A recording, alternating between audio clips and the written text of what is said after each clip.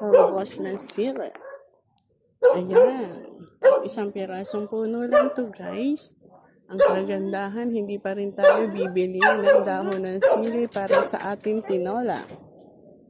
Gabi na, guys, ang aking pagluluto.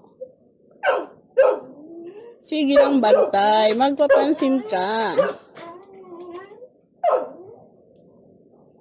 Ayan. Malaking bagay na to, guys, na hindi tayo bumibili ng dahon ng sili pag tayo nagtitinola.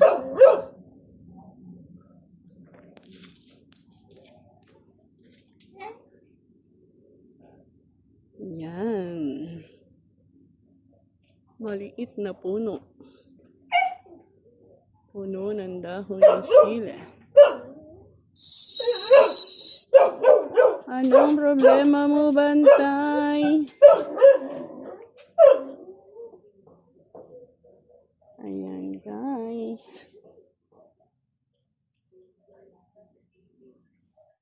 Masarap kasi ang talbos ng sili sa tinola.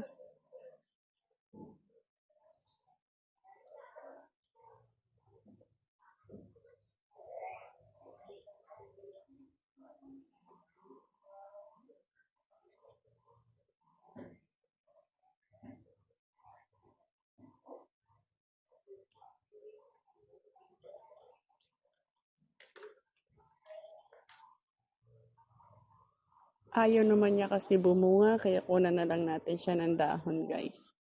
Puro lang siya bulaklak. Bantay! Ano ba yan?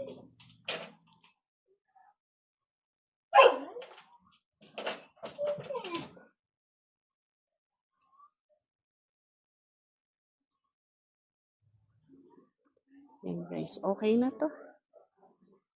Thank you for watching.